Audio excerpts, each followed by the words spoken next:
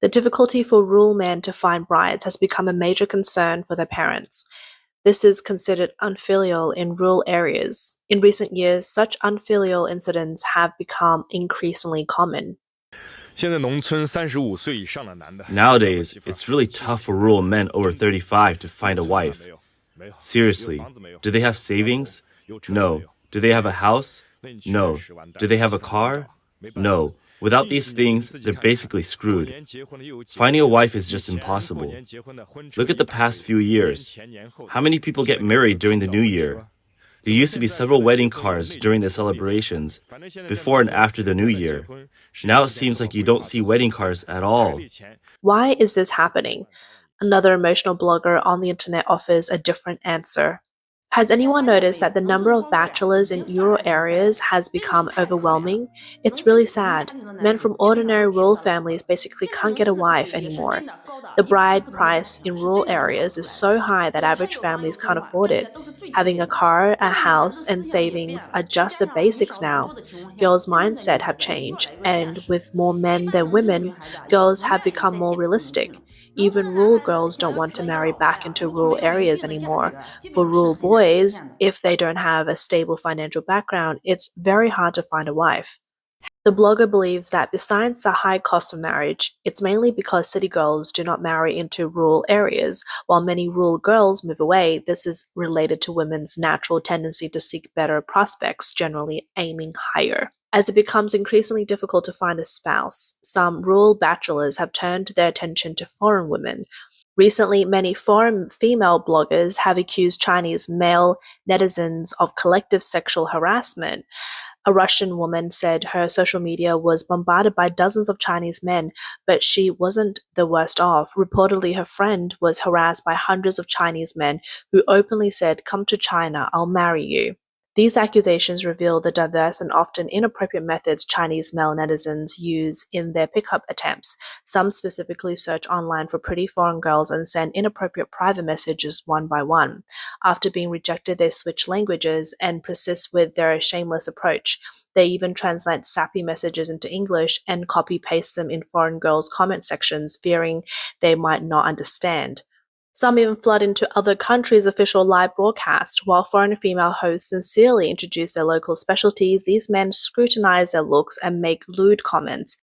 It got to the point where a Belarusian national live broadcaster had to post a video using the official account pleading, "Please, Chinese guys, can you stop asking for beautiful girl links? Can you stop privately messaging about age and marriage? Can you stop sending lewd photos?" In response, some foreign women have said they and their friends were originally very interested in China. They were learning Chinese and trying out Chinese social media, but before even visiting China, they were so disgusted by the online behavior that they no longer wanted to learn the language. Subsequently, some people discovered the reasons behind these distasteful phenomena.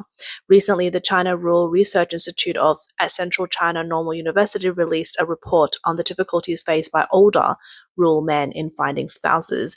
The report indicates that in recent years, the marriage issue for some older rural men have worsened, significantly impacting the stability of local rural families and grassroots society. Associate professor from the economic department at Xiamen University, Ding Changfa, believes that the key solution lies in opening up the international marriages. Many young men in China have gone to Russia, Cambodia, Vietnam, Pakistan, and other countries, adopting a bring in, go out approach to attract suitable young women from abroad. As a result, these older rural bachelors express desires to marry Slavic beauties for their fair skin, good looks, and long legs, and Southeast Asian wives for their simplicity, understanding, and ease of living. They present grandiose reasons advocating for anti-involution, emphasizing that they must win foreign girls' heart with love rather than spending money and effort. It must be said that although the actions of these older bachelors are quite distasteful, the phenomenon of increasing numbers of bachelors is very common in China. Recent media reports indicate that as of 2021, there are about 239 million single people aged 15 and above in China.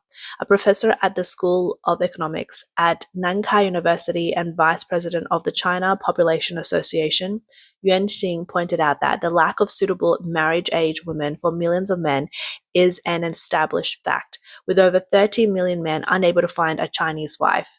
A person from Guangdong commented that while the situation in cities is manageable, rural areas face a severe shortage of wives, with many bachelors unable to find a spouse, even with lowered standard. Not just 30 million, even 50 million is believable, considering the number of bachelors in the villages. On the internet, some rural men have taken to posting marriage ads directly on country roads, stating their single status. One man, who is 5 feet and 2 inches tall, healthy, and without bad habits, only requires that the woman be able to have children. In the video, he repeatedly asked passerbys to help him promote his ad on Douyin. Why is it becoming increasingly difficult for Chinese men to find partners, and why are some turning to foreign women for marriage?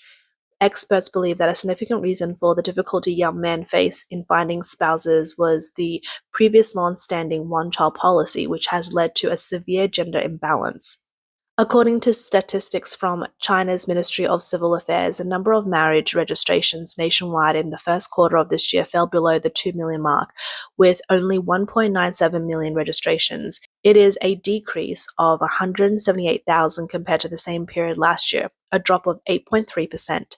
Population expert He Yafu, who has long tracked marriage registration data, told Chinese financial media outlet Jiemian News that there are 17.5 million more men than women aged 20 to 40 in China. This contributes to the imbalance in the marriage age population. A population expert and senior researcher at the University of Wisconsin-Madison, Dr. Yi Fuxian, also told Radio Free Asia that the one-child policy has raised people's expectations for marriage, with more rural women hoping to marry into city life. This gender imbalance increases the cost of marriage, including bride prices and housing. Men often have to pay increasingly higher dowries to win the approval of the bride's family, not to mention the necessity of owning a house and a car. Reports indicate that the combined cost of a car, a house, and the bride price can range from hundreds of thousands to over 1 million yuan. Some men go into debt and fall into poverty, while some parents see saving money for their son's marriage as a lifelong goal. According to the difficulties in China's economic downturn in recent years, making marriage and childbirth a significant challenge for both rural and urban residents. The primary reason for seeking foreign marriage is the high cost of getting married in China, which places significant financial pressures on many people. According to data from the analytics media Shuzhou Bao, in 2020, the average bride price in China was about 70,000 yuan, or 9,600 US dollars. Provinces like Zhejiang, Heilongjiang, and Fujian had the highest bride prices, exceeding 130,000 yuan, or 18,000 US dollars, which is 3 to 6 times a local resident's annual disposable income. Chongqing, Xinjiang, and Jilin had the lowest, with less than 30,000 yuan, or 4,100 US dollars. Considering economic levels, the least pressured areas for bride prices were Shanghai, Guangdong, Chongqing, Beijing, and Hainan, requiring only 1 year's disposable income.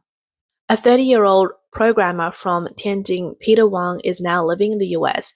He told Radio Free Asia that in China's third-tier cities, including rural areas, low incomes and limited financial freedom opportunities lead the bride's family to demand a sum equivalent to 4 or 5 times the local average annual income as a bride price. Some families save the bride price for the newlyweds, while others use it to help the bride's brother buy a house in the future. A villager from Xixiang City, Henan Province, Mr. Wang, said many rural people can't afford to get married. In Xixiang, the bride price is set at 100,000 yuan, or 14,000 US dollars, excluding furniture, appliances, and housing. Another villager, Mr. Meng, from Puyang, Henan Province, said local weddings require over 300,000 yuan, or 41,000 US dollars, just for the bride price, and the total cost, including buying a car and a house, exceeds 1 million yuan, or about 140,000 US dollars. Many families go into debt for weddings. A young man from Shandong Province with a pseudonym, Song Ming, said that marriage in his province also cost over 300,000 yuan, or 41,000 US dollars. Despite working hard, he hasn't earned enough to get married. A Henan native, now living in the US, Lucy, also believes that the high cost of marriage in China is prohibitive. She said that nowadays in China, getting married requires a house and a car as basic necessities, along with a bride price. Even in non-first tier cities, a house and a car cost around 2 million yuan, or about 280,000 US dollars. Given China's poor employment environment, where can one earn such an amount? Typically, getting married can empty the savings of 3 generations of a family. Besides the cost of marriage, the inability to afford raising children is another significant reason young people hesitate to marry. Lucy thinks that economic factors in China have led many young people to prefer staying single or adopting a lying flat lifestyle rather than getting married. Those who do marry often feel regret and even advise others against entering the besieged city of marriage. Consequently, Lucy believes that China's aging population will worsen in the future and the marriage rate will continue to decline, which is an inevitable trend.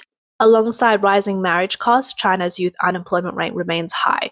Mr. Yi Fuxian stated that if they can't support themselves, they lack the ability and willingness to support a family or get married. A young financial worker from Guangdong using the pseudonym V, frankly admitting that the negative news frequently seen and heard in his financial circle has greatly diminished young people's expectation of marriage. Additionally, with China's economic downturn, even the middle class is tightening their belts, becoming less willing to invest in relationships. This pressure is even more prevalent in rural areas. Surveys indicate that the further one goes into central and western rural regions, the higher the bride price. Marriageable women from rural areas tend to move to eastern regions, where it's rare to find bachelors in rural areas. Men in their 40s and 50s in eastern rural areas can still marry young women in their 20s and 30s from central and western rural areas. To retain local girls or attract girls from other regions, men in central and western rural areas must offer high bride prices. Additionally, the more remote the mountainous areas, the higher the bride price. Girls from these remote areas tend to move to plain or towns. Local men must increase their financial capacity and value proposition by offering higher bride prices if they want to marry. Furthermore, the poorer the family, the higher the bride price. In the rural marriage market, the worse the condition of the groom's family and the more sons they have, the higher the bride price demanded by the bride's family. Conversely, families with better conditions and fewer sons face relatively lower demands. For those rural men who cannot afford the bride price, remaining single becomes their only option. I've been looking for a wife for years without any luck. I might end up single for life because no woman wants to marry me. Nowadays, many women have high demands. They want a house, a car, savings, and a stable income. But no matter how hard I try, I can't afford a house. Since it's so hard to find a wife now, I've decided to stop looking. I think being alone is pretty good. There's no pressure to support a family or pay a mortgage. If I can feed myself, that's enough. In many Western countries, marriage is seen as a natural result of two people becoming together because of love, without the need of material exchanges to validate the legality of the relationship. In these cultures, marriage emphasizes the emotional foundation and mutual commitment to the couple rather than the exchange of material wealth. This is why the practice of bride prices, which is based on material wealth, is not common in these countries. Consequently, foreign women have become the main targets for older Chinese bachelors. On the other hand, some argue that the population imbalance and high marriage costs are just objective reasons, while the subjective reason is that people's morals have deteriorated. This embarrassing situation is not the first of its kind.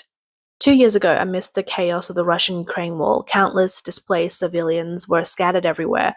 While many were merely bystanders, some took advantage of the situation. There were online comments about taking in heartbroken Ukrainian girls, and others expressed concerns only about whether beautiful women could be safely brought into China. When a Ukrainian model finally reached a safe place after much hardship, the comments were overwhelmingly about inviting her to China to be a wife.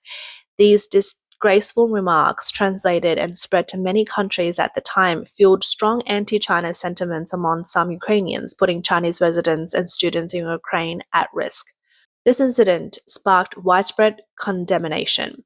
Veteran Chinese journalist Gao Yu stated that these shameless comments made all Chinese people look disgraceful in the eyes of the world, turning the country into the most barbaric, vulgar, and uncivilized nation. A former editor at the China Youth Daily, Li Datong, lamented that such brainless behavior among Chinese people is a result of the Chinese government's brainwashing. It starts from kindergarten, turning people into ignorant fools who blindly follow whatever the government says. This is the outcome of nationwide brainwashing education. Nothing surprising about it. But some critics argue that the welcoming of young Ukrainian female refugees and other distasteful comments seen on Chinese social media during the Ukrainian crisis were not simply the results of the Chinese internet censor's failure. Similar reactions were observed in 2001 during the terrorist attacks in Washington, D.C. and New York City, in 2011 during the earthquake and tsunami in Japan, and in 2020 to 2021 during the severe COVID-19 outbreaks in the US and India. The gloating over other countries' misfortunes has become a notable Chinese characteristic of the Chinese-controlled internet. Today, the push to import foreign young women seems to further validate these critics' views.